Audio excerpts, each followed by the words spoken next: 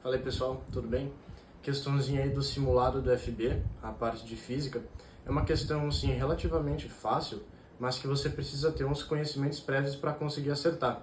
Caso você erre na análise, alguma questão teórica mesmo, você erra a questão, que foi o que aconteceu comigo. Mas vamos dar uma olhada. O que a gente precisa saber antes para resolver essa questão?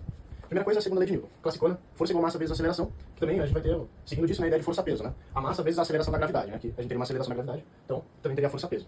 A segunda coisa que a gente precisa saber é a força de atrito. Aqui no caso dessa questão vai ser a força de atrito estático. A força de atrito aí é o que está resistindo ao movimento do nosso objeto, por exemplo. Né? E quando esse valor atinge o máximo, quando eu tenho o máximo da minha força de atrito estático, ele começa a se mover e entra o atrito dinâmico, mas não é o caso dessa questão agora.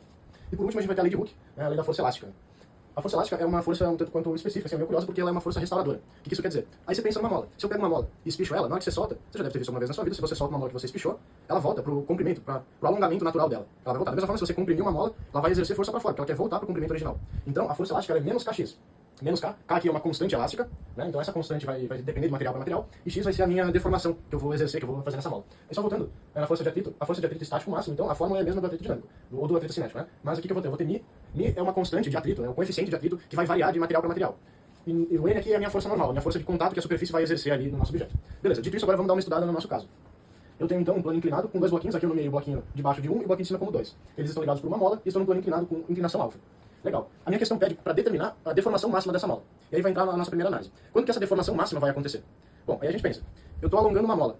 Então, a minha deformação máxima vai acontecer quando eu estiver na iminência do movimento. Eu espicho, até uma hora que, pá, beleza, venceu, ela vai voltar para o estado original dela. Mas a minha deformação máxima vai ser quando eu quase estiver soltando. Então essa vai ser a minha deformação máxima. Só que agora, qual desses blocos está na iminência de movimento? Como eu vou determinar isso? Daí a gente vai ter que estudar caso a caso. Vamos ver. Primeiro pro bloquinho 1. Aqui a gente vai ter que decompor as nossas forças, então vamos começar. Primeira coisa, a gente tem uma força-peso apontando para baixo, né? Aqui está a minha força-peso. Legal.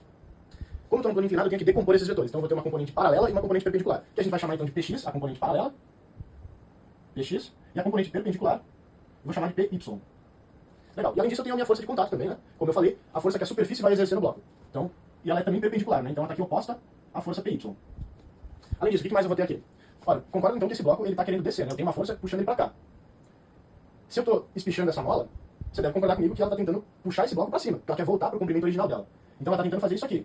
Ela puxa o bloco de cima para baixo e o bloco de baixo para cima, certo? Ok. Então eu tenho uma força elástica puxando esse bloco para cima também.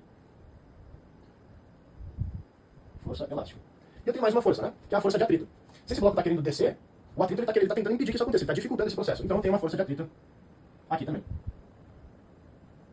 Ok, terminamos as forças do bloco 1. Vamos fazer as forças do bloco 2 e depois a gente faz uma análise. Eu vou fazer de verde. É a mesma ideia, né? Primeiro vamos começar com a força-peso, reto para baixo. Vamos decompor ela em Px, Py, Py aqui perpendicular ao plano, beleza? Ele vai ter uma força normal.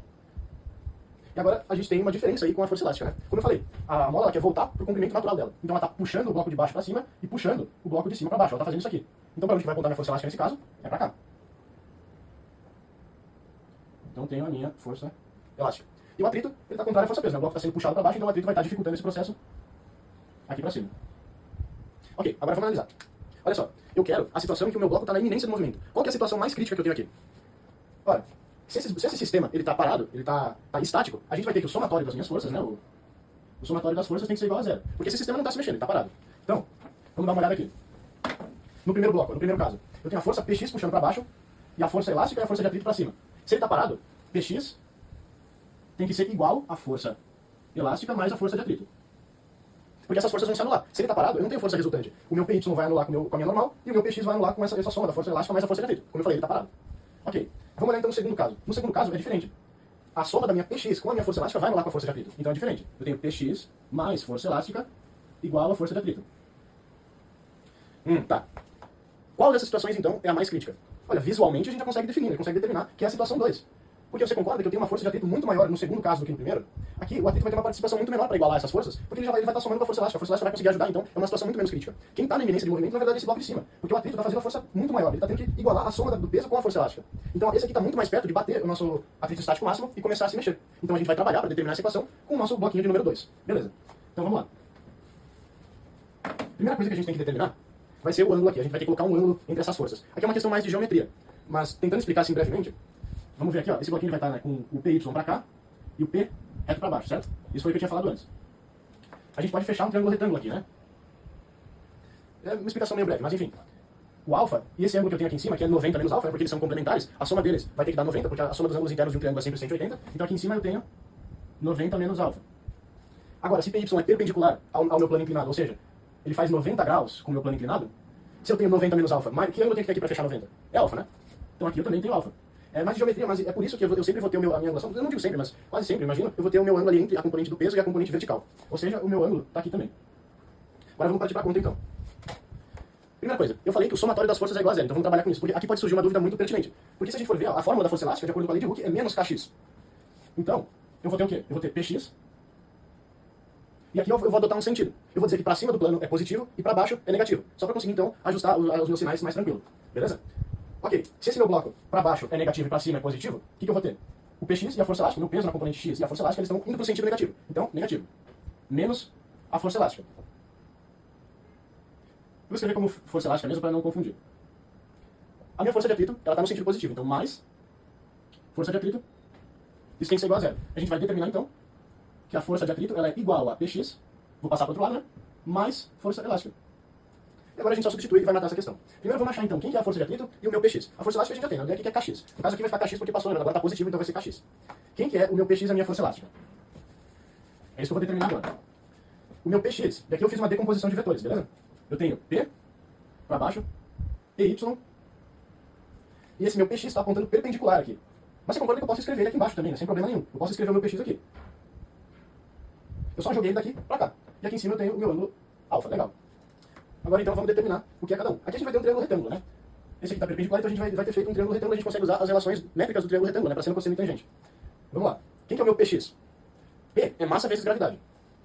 Então, o meu px, ele é mg, né?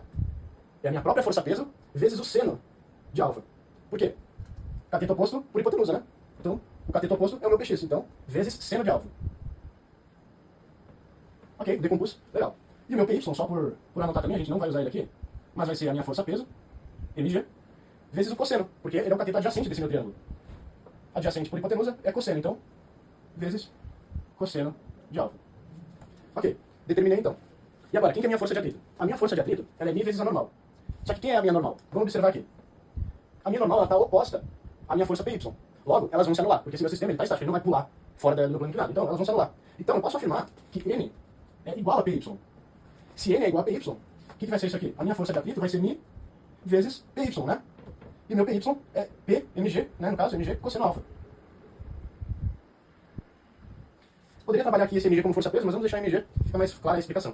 Agora, eu tendo a força de atrito, a força-peso e a força elástica, a gente só vai trocar tudo e resolver a questão. Vamos lá, então.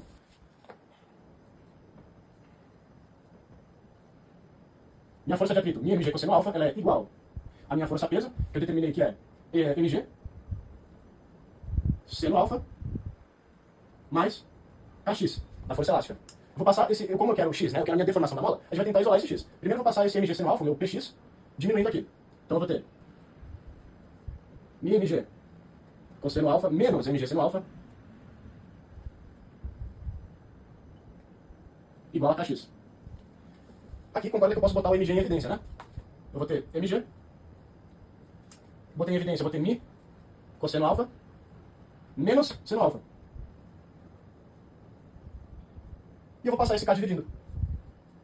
Isso tudo vai ser igual à minha deformação máxima da mola. Legal? Espero que tenham entendido e que tenham gostado da resolução.